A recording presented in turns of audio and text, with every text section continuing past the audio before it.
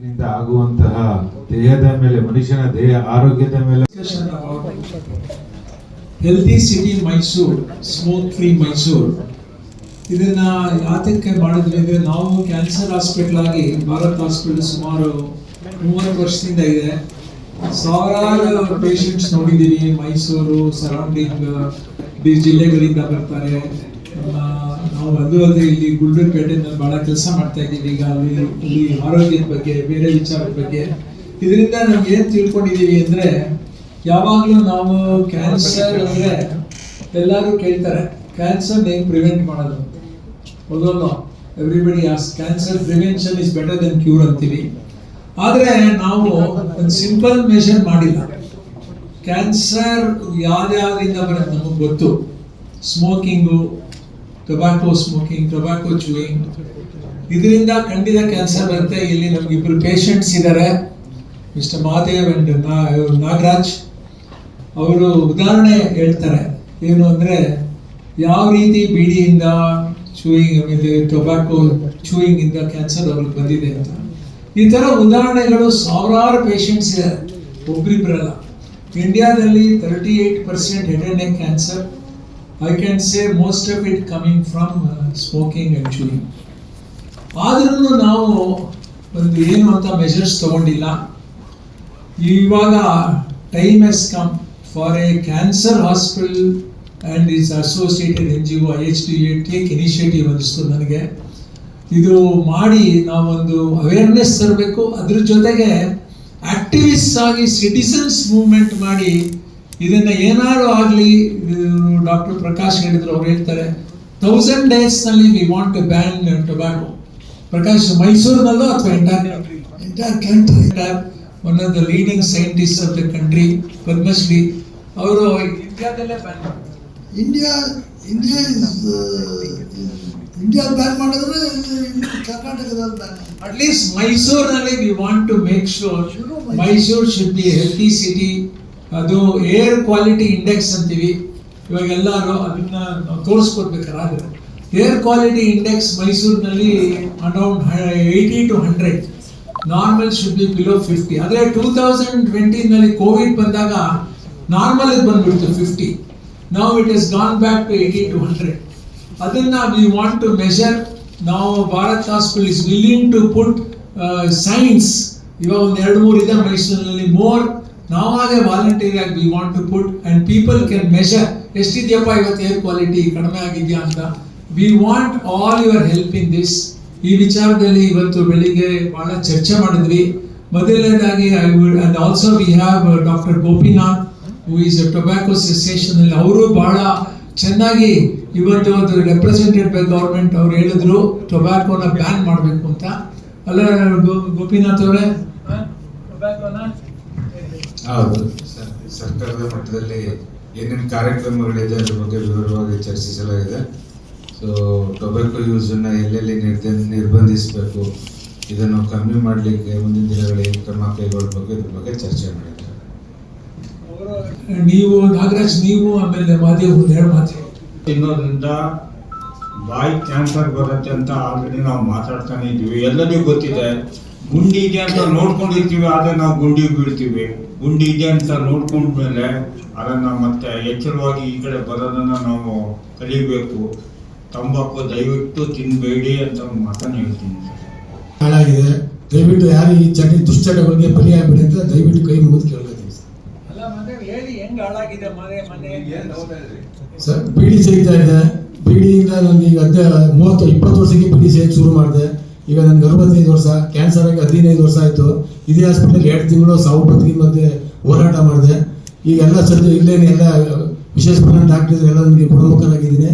ಈಗ ತಂಬಾಕೆಲ್ಲ ಬಿಟ್ಬಿಟ್ಟು ನೆಮ್ಮದಿಯಾಗಿದ್ದೀನಿ ಸರ್. ನನಗೆ ಹೊರತು ಆ ದುಶ್ಚಟಗಳಿಗೆ ಯಾರು ಬಲಿಯಾಗಬಾರ್ದು ಸರ್. ನಾನು ಗೈಡೆನ್ಸ್ ಪೇಷಂಟ್ಗೆಲ್ಲ ಹೋಗಿ ಹೇಳಿದ್ದೀನಿ ಸರ್. ನಾನು ಪೇಷಂಟ್ ಆಪರೇಷನ್ ಆಗಿ ನನ್ನ ಕಷ್ಟ ಯಾರು ಬರೋದ್ಬಿಟ್ಟು ನಿಮ್ಮ ಫ್ಯಾಮಿಲಿಗೆ ನನ್ನ ಅನುಭವಿಸಿದ್ರೆ ಸಾಕು, ನಿಮ್ಮ ಫ್ಯಾಮಿಲಿಗೆ ಯಾರು ಕೊಟ್ಬಿಟ್ಟು ಹೇಳ್ಬಿಟ್ಟು ಸುಮಾರು ಜನಕ್ಕೆಲ್ಲ ಹೇಳಿದ್ದೀನಿ ಸರ್. ನಮಸ್ಕಾರ. ಈಗ ತಂಬಾಕು ಬೆಳೆ ಅಂದ ತಕ್ಷಣ ಮೊದಲು ಬರದೆ ಬೆಳೆಗಾರರು ನಾವೇ. ಸೊ ಇದು 2 ಡಬಲ್ ಎಡಿಟ್ಸ್ ನೋಡ್ತಾರೆ. ಅದು ಒಂದು ಕಡೆ ಕರ್ನಾಟಕ ರಾಜ್ಯ ಸರ್ಕಾರಕ್ಕೆ 9,000 ಕೋಟಿ ಆದಾಯ ಇರುವಂತ ಒಂದು ವ್ಯವಹಾರ. ಮತ್ತೆ ಕೇಂದ್ರ ಸರ್ಕಾರಕ್ಕೆ 75,000 ಕೋಟಿ ವಾರ್ಷಿಕ ಆದಾಯ ಇರುವಂತ ವ್ಯವಹಾರ. ಮತ್ತೊಂದು ಕಡೆ ಬಿಡಿ ಸಿಗರೇಟ್ ಇರುವಂತ ಕಾರ್ಖಾನೆಗಳು, ಇವರೆಲ್ಲರೂ ಜೊತೆಗೆ ಇನ್ನೊಂದು ಕಡೆ ತಂಬಾಕು ಬೋರ್ಡ್. ಇವತ್ತು ರೈತರು ಯಾಕೆ ತಂಬಾಕು ಬೆಳೆಯಕ್ಕೆ ಹೋಗ್ತಾ ಇದ್ದಾರೆ ಅಂತ ಹೇಳಿದ್ರೆ ಅದರಲ್ಲಿ ಆದಾಯ ನಿರ್ದಿಷ್ಟವಾಗಿದೆ, ನನಗೆ ಬೆಲೆ ಗ್ಯಾರಂಟಿ ಇದೆ ಬೆಳೆದ್ರೆ ಅನ್ನೋದು. ಬಾಕಿ ಇನ್ಯಾವುದೇ ಬೆಳೆಗಳಲ್ಲಿ ಇದೆ, ಟೊಮೊಟೊ ಬೆಳೆದಿರ್ಬೋದು, ಒಂದು ಕೊತ್ತಂಬರಿ ಸೊಪ್ಪು ಬೆಳೆದಿರ್ಬೋದು, ಒಂದು ಬದನೆಕಾಯಿ ಬೆಳೆದ್ರೆ ನೀವು ನನಗೆ ಯಾರಿಗೂ ನಿರ್ದಿಷ್ಟವಾದ ಬೆಲೆ ಕೊಡ್ತಾ ಇಲ್ಲ. ಸೊ ಹಾಗಾಗಿ ರೈತ ಏನ್ ಮಾಡ್ತಾನೆ, ನನಗೆ ಇಲ್ಲಿ ನಿರ್ದಿಷ್ಟವಾದ ಆದಾಯ ಇದೆ ಅನ್ನೋ ಒಂದೇ ಒಂದು ಆಸೆಗೋಸ್ಕರ ನಾನು ಬೆಳಿತೇನೆ ಅಷ್ಟೇ ಹೊರತು ತಾನು ಬೆಳೆಯೋದ್ರಿಂದ ಸಮಾಜ ಹಾಳು ಮಾಡಲಿ ಅನ್ನೋ ಯಾವ ರೈತರಿಗೂ ಇದು ಉದ್ದೇಶ ಇರಲ್ಲ. ಸೊ ಇಲ್ಲಿ ಆಗ್ಬೇಕಾಗಿರೋ ಬದಲಾವಣೆ ಇವತ್ತು ನಾವೆಲ್ಲ ಚರ್ಚೆ ಮಾಡಿದ್ದೀನಿ ಅಂತ ಹೇಳಿದ್ರೆ ಪಾಲಿಸಿ ಲೆವೆಲ್ ಅಲ್ಲಿ ಇದು ಬದಲಾಗಬೇಕು. ಹೇಗೆ ಒಂದು ತಂಬಾಕು ಬೋರ್ಡ್ ಇದೆಯೋ ಅದೇ ರೀತಿ ಒಂದು ತರಕಾರಿ ಬೋರ್ಡ್ ಮಾಡಿ, ಒಂದು ಸೊಪ್ಪಿನ ಬೋರ್ಡ್ ಮಾಡಿ, ಒಂದು ಹಣ್ಣಿನ ಬೋರ್ಡ್ ಮಾಡಿ, ರೈತನಿಗೆ ನಿರ್ದಿಷ್ಟವಾದ ಬೆಲೆಯನ್ನು ಯಾವಾಗ ನೀವು ನಿರ್ಧಾರ ಮಾಡ್ಕೊಡ್ತೀರಿ ರೈತ ಇದನ್ನ ಹೊರಗಡೆ ಬರ್ತಾನೆ. ಅದನ್ನ ಬಿಟ್ಟು ಯಾವುದೇ ಪರ್ಯಾಯಗಳಿಂದ ನೀವು ಬೆಳಿಬೇಡ ಅಂತ ಹೇಳಿದಾಗ ಅವನ ಜೀವನ ನಿರ್ವಹಣೆ ಅವನಿಗೂ ಕಷ್ಟ ಆಗ್ತದೆ. ನಾವು ಎರಡೂ ಕಡೆ ನೋಡ್ಬೇಕು. ಒಂದು ಸಮಾಜಮುಖಿಯಾಗಿ ಯೋಚನೆ ಮಾಡಿದ್ರೆ ನಮ್ಗೇನು ಖುಷಿ ಇಲ್ಲ, ರೈತರಿಗೆ ಬೆಳೆದ್ಬಿಟ್ಟು ಇನ್ನೊಬ್ಬರ ಮನೆ ಹಾಳು ಮಾಡಬೇಕು ಅನ್ನೋ ಯಾವ ಉದ್ದೇಶನೂ ನಮಗಿಲ್ಲ. ಆದ್ರೆ ಇದು ಪರ್ಯಾಯಗಳಾಗಿ ಬೇರೆ ಏನು ದಾರಿ ಇಲ್ಲದ ಕಾರಣ ಇಲ್ಲಿ ನಡೀತಾ ಇದೆ. ಅದು ಒಂದು ವ್ಯವಸ್ಥೆಯ ಇವತ್ತು ಚರ್ಚೆ. ಮತ್ತೆ ನಾವು ಸಂಘಟನೆಯಾಗಿ ನಾವು ಹೇಗೆ ಮುಂದಿನ ದಿನಗಳಲ್ಲಿ ಈಗ ತಾವು ನೋಡಿದ್ರಿ, ಈಗ ಇತ್ತೀಚಿನ ದಿನಗಳಲ್ಲಿ 500 ರೂಪಾಯಿ ಇದ್ದಿದ್ದು ತಂಬಾಕು ಬೆಲೆ 150 ರೂಪಾಯಿ ಇದ್ದಿತ್ತು. ಸೊ ಆ ಬರ್ಡನ್ನು ಮತ್ತೆ ರೈತನ ಮೇಲೆ ಬೀಳ್ತದೆ. ಈಗ ಅವನು ಆಲ್ರೆಡಿ ಸಾಕಷ್ಟು ಸಾಲಗಳು ಮಾಡ್ಕೊಂಡಿದ್ದಾನೆ, ಆ ಬ್ಯಾಂಕ್ ಲೋನ್ಸ್ ಕಟ್ಟೋದಕ್ಕೆ ಮಾಡ್ಕೊಂಡಿದ್ದಾನೆ, ಸಾಲಗಳು ತಂದಿದ್ದಾನೆ, ಮನೆ ಕಟ್ಕೊಂಡಿದ್ದಾನೆ, ಮತ್ತು ಸಾಲಗಳು ಮಾಡ್ಕೊಂಡಿದ್ದಾನೆ, ಬೇರೆ ರೀತಿ ಸಾಲಗಳು. ಅದು ಕಟ್ಟೋದಕ್ಕೆ ಇದ್ರ ಮೇಲೆ ನಿರ್ಬಲತೆ. ಸೊ ಎಲ್ಲ ಹೋಗಿ ಬಂದು ವಾಪಸ್ ಆ ಬೆಲೆಗೆ ನಿಂತ್ಕೊಳ್ಳುತ್ತೆ. ಸೊ ನಾವು ಮುಂದಿನ ದಿನಗಳಲ್ಲಿ ಚುನಾವಣೆ ಒಂದು ಚಳುವಳಿಯಾಗಿ ಹೇಗೆ ತನ್ನ ರೈತರು ಏನಿದ್ದಾರೆ ಅವನು 10% ಭೂಮಿಯಲ್ಲಿ ಅವನ ಹತ್ರ 2 ಎಕರೆ ಇದ್ರೆ 20 ಗುಂಟೆ ಆಗಿರ್ಬೋದು, 1 ಎಕರೆ ಇದ್ರೆ 10 ಗುಂಟೆ ಆಗಿರ್ಬೋದು, 10% ಭೂಮಿಯಲ್ಲಿ ಅವನಿಗೆ ಪರ್ಯಾಯ ವ್ಯವಸ್ಥೆಯ ದಾರಿ, ಅವನಿಗೊಂದು ಸೊಪ್ಪು ಬೆಳೆಯೋದ್ರ ಮೂಲಕ, ಒಂದು ತರಕಾರಿ ಬೆಳೆಯೋದ್ರ ಮೂಲಕ ಬೆಳೆಸಿ ಅವನಿಗೆ ಒಂದು ಮಾರ್ಕೆಟ್ ಕ್ರಿಯೇಟ್ ಮಾಡ್ಕೊಳ್ಳೋದು ನಮ್ಮ ಚಳುವಳಿ ಭಾಗ. ಈಗ ನಾವು ಆಲ್ರೆಡಿ ಮಾಡ್ತಾ ಇದ್ದೀವಿ. ಅದು ಮಾಡೋದ್ರ ಮೂಲಕ ಅವನೊಂದು ಆರ್ಥಿಕವಾಗಿ ಕಟ್ಕೊಳ್ಳೋದ್ರ ಜೊತೆಗೆ ಅಜಯ್ ಸರ್ ಹೇಳಿದಂಗೆ ಈಗ ಅವ್ರದೇ ಆದಂತ ಸಂಸ್ಥೆಗಳಿದ್ದಾವೆ. ಈಗ ಅದು ಗುಂಡ್ಲುಪೇಟೆ ಭಾಗದ ಹೆಣ್ಮಕ್ಳು ಇಲ್ಲಿದ್ರು, ಅವ್ರು ಹೇಳ್ತಿದ್ರು ನಾವು ಬೀಡಿ ಕಟ್ಕೊಂಡು ನಾವು ಜೀವನ ಮಾಡ್ತಾ ಇದೀವಿ. ನೀವು ಹೇಳಿದ್ರಿ ಬೀಡಿ ಕಟ್ಕೊಂಡು ಜೀವನ ಮಾಡ್ತಾ ಇದ್ದಾರೆ ಅಂತೇಳಿ. ಬೀಡಿ ಕಟ್ಕೊಂಡು ನಾವು ಜೀವನ ಮಾಡ್ತಾ ಇದೀವಿ, ನಮಗೆ ಪರ್ಯಾಯ ಏನಾಗುತ್ತೆ ಇವೆಲ್ಲ ನಿಂತೋದಾಗ ಅಂತ ಹೇಳಿದ್ರು. ಅಂತ ಸಮಯದಲ್ಲಿ ನಾವು ನಮ್ಮ ಸಂಘಟನೆಯನ್ನು ನಾವು ಅಮೃತ ಭೂಮಿ ಮತ್ತೆ ನಮ್ದು FPC ಅಂತ ಏನಿದೆ, ನಾವು ಮೌಲ್ಯವರ್ಧನೆ ಕಡೆ ನಾವು ಕೆಲಸ ಮಾಡ್ತಾ ಇದ್ದೀವಿ.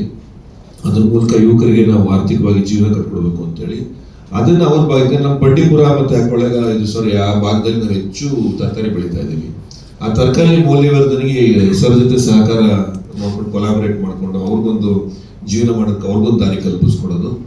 ಜೊತೆಗೆ ಅಜಯ್ ಸರ್ ಒಂದು ಸ್ಪಷ್ಟವಾದ ಒಂದು ಮಾಹಿತಿ ಏನ್ ಹೇಳಿದ್ರು ಅಂತ ಹೇಳಿದ್ರೆ, ಸ್ಮೋಕ್ ಅಂದ್ರೆ ಬರೀ ಬೀಡಿ ಸೇದೋದು ಒಂದೇ ಅಲ್ಲ, ಎಲ್ಲಾ ರೀತಿಯ ಹೊಗೆ ಪೊಲ್ಯೂಷನ್ ಏನಾಗ್ತದೆ ಇಡೀ ಮೈಸೂರಲ್ಲಿ ಅದನ್ನೇ ನಾವು ನಿಲ್ಲಿಸಬೇಕು ಅನ್ನೋ ವಿಚಾರವಾಗಿ ಈಗ ನನ್ನ ಮಾಧ್ಯಮ ಮಿತ್ರರು ಸ್ನೇಹಿತರು ತುಂಬಾ ಜನ ನೀವು ಇಲ್ಲಿದ್ದೀರಿ. ಆಲ್ರೆಡಿ ಅಭಿವೃದ್ಧಿ ಹೆಸರಲ್ಲಿ ಎಷ್ಟು ಮರಗಳನ್ನ ಕಡಿತಾ ಇದೀವಿ, ಅಭಿವೃದ್ಧಿ ಹೆಸರಲ್ಲಿ ಏನೆಲ್ಲ ಮಾಡಬಾರ್ದು ಮಾಡ್ತಾ ಇದೀವಿ ಮೈಸೂರಲ್ಲಿ ಅಂತವೆಲ್ಲ ನೋಡಿದೀವಿ. ಅದ್ರ ವಿರುದ್ಧವಾಗಿ ನಿರಂತರವಾಗಿ ಅತಿ ಹೆಚ್ಚು ಹೋರಾಟಗಳನ್ನ ನಾವು ಮಾಡ್ತಾ ಇದೀವಿ. ಅಂಡ್ ಒಂದು 40 ಮರಗಳನ್ನ ಕತ್ತರಿಸ್ತಾರೆ. ಸಸಿ ನೆಡಕ್ ಹೋದಾಗ ನನ್ಗೆ ಅರೆಸ್ಟ್ ಮಾಡಕ್ ಬಂದಿದ್ರು, ಸಸಿ ನೆಡಬಾರದು ಅಂತ. ಸಸಿ ನೆಡೆಯೋದು ಯಾವ IPC ಸೆಕ್ಷನ್ ಅಲ್ಲಿ ಅಪರಾಧವೂ ಗೊತ್ತಿಲ್ಲ, ಅದನ್ನ ಅರೆಸ್ಟ್ ಮಾಡಕ್ ಬಂದಿದ್ರು. ಹಾಗಾಗಿ ಹೋರಾಟ ಮಾಡ್ತಾ ಇದೀವಿ. ಸೊ ಆ ರೀತಿ ಏನು AQI ಅಂತ ಹೇಳಿ ತಾವೇನು ಇವತ್ತು ಮೆನ್ಷನ್ ಮಾಡ್ತಾ ಇದ್ದೀವಿ. ಒಟ್ಟಾರೆ ಸಮಗ್ರವಾಗಿ ಮೈಸೂರನ್ನ ಒಂದು ಒಳ್ಳೆ ಪರಿಸರವನ್ನ ಸೃಷ್ಟಿ ಮಾಡೋದಕ್ಕೆ, ವಿಷ ಗಾಳಿ ಮುಕ್ತ ಮತ್ತೆ ಧೂಮಪಾನ ಮುಕ್ತ ಮಾಡೋದಕ್ಕೆ ಏನೆಲ್ಲ ಬೇಕು ಒಂದು ಸಂಘಟನೆಯಾಗಿ ನಾವು ಅಜಯ್ ಸರ್ ಜೊತೆಗೆ ಕೈ ಜೋಡಿಸ್ತೀವಿ ಅಂತ ಮೂಲಕ ಇವತ್ತೊಂದಷ್ಟು ನಿರ್ಣಯಗಳನ್ನ ತಗೊಂಡಿದ್ದೀವಿ. ತಂಬಾಕು ಮುಕ್ತ ಮಾಡೋದಕ್ಕೆ ಏನೆಲ್ಲ ಬೇಕು ಅದ್ರ ಜೊತೆಗೆ ನಾವು ಸಿದ್ಧತೆ ಇದ್ವಿ. ಆದರೆ ತಂಬಾಕು ಬೆಳೆಯುವ ರೈತರಿಗೆ ಸರ್ಕಾರದ ಮಟ್ಟದಲ್ಲಿ ಪರ್ಯಾಯ ವ್ಯವಸ್ಥೆಯನ್ನ ಕ್ರಿಯೇಟ್ ಮಾಡಿಕೊಟ್ಟು ಈ ಕೆಲಸಗಳಿಗೆ ಹೋಗ್ಬೇಕಾಗ್ತದೆ ಅನ್ನೋದನ್ನು ಕೂಡ ನಾವು ಇವತ್ತಿನ ಚರ್ಚೆಯಲ್ಲಿ ಮನವರಿಕೆ